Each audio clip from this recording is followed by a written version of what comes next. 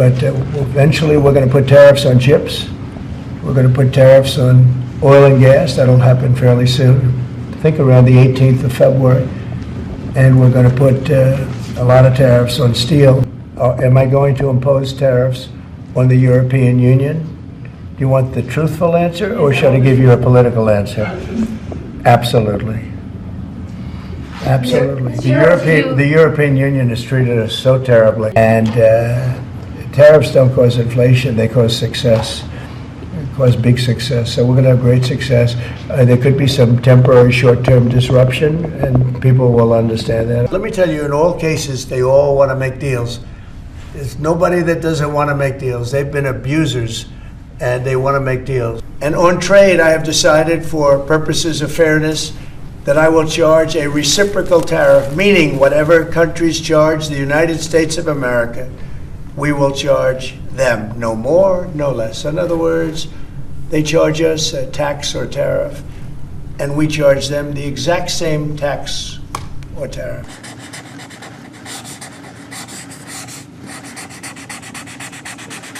Reciprocal tariffs start on April 2nd.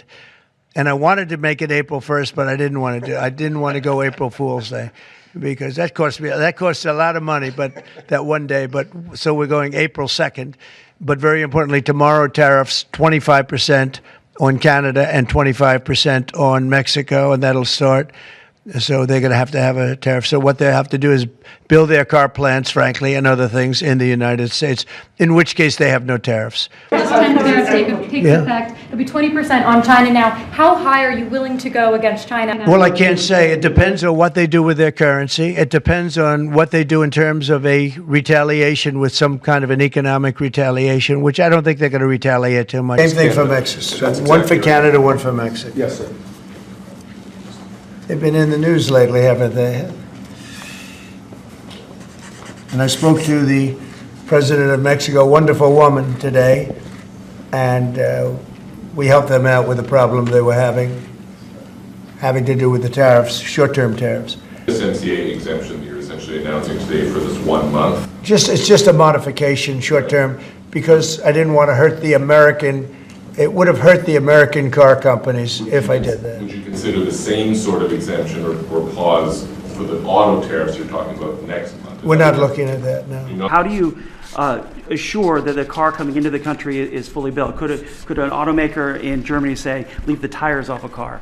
We're going to have very strong policing, and it's pretty easy to do. If parts are made in America and a car isn't, those parts are not going to be taxed or tariffed. And we'll have very strong policing as far as that's concerned. For the most part, I think it's going to lead cars to be made in one location. You know, right now, a car would be made here, sent to Canada, sent to Mexico, sent all over the place. It's ridiculous. But this is very exciting to me. This is the automobile industry, and this will continue to spur growth like you haven't seen. Before I was elected, we were losing all of our plants. They were being built in Mexico and Canada and other places. Now those plants largely have stopped, and they're moving them to our country.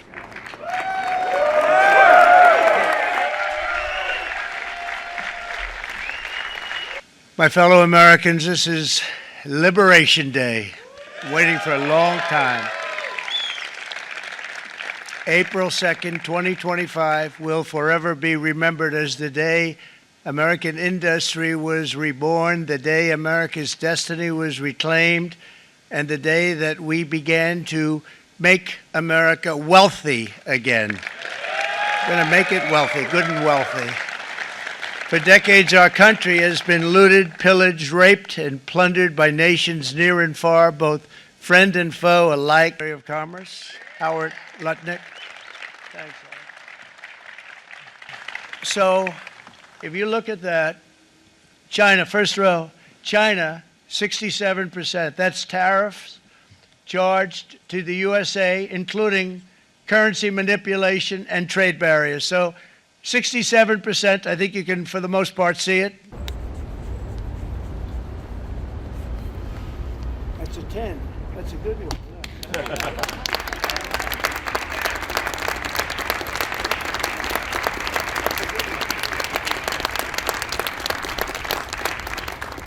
How do you ensure, Mr. President, that these tariffs don't drive U.S. trading partners into the hands of the Chinese? That they I'm don't... not worried about it. I'm not worried about it. If they want to be in the hands of the U.S., they don't want to be in the hands of the Chinese. And the Chinese have turned out to be really not very good at that. People that are with us, they're with us. But we cannot be taken advantage of any longer. I used to watch these deals for years. I've been talking about it for years. You know, I've been talking about it for 35 years, how our country is being ripped off. I mean, 30 years ago it was Japan, then it was something else, then it was another group, then it was China. China's doing the best job of it, frankly. And it's just not going to happen, not going to happen. The EU has said that they have offered 0 for 0 tariffs on cars and industrial goods. Is that not enough? Well, the EU, no, it's not. We wrote it up from our hearts, right? It was written from the heart. And I think it was well written, too. But it was written from the heart. It was written as something that I think was very positive for the world and for us. And we don't want to hurt countries that don't need to be hurt. And they all want to negotiate. The only problem is, you know, you can only do so many at one time. Some economists are saying that right now is technically embargo on China with 125% tariffs.